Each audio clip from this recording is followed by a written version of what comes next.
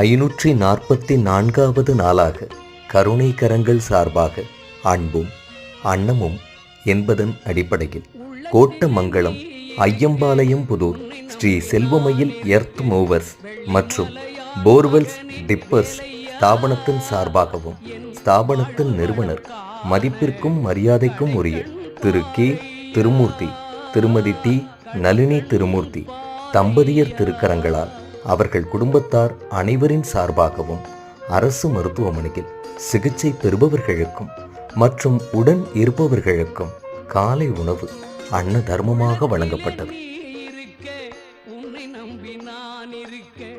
வெள்ளிமலையான் மகனே வேலையா என் வாழ்வு வளம் காண கடைக்கண் பாறையா கடைக்கண் பாறையா.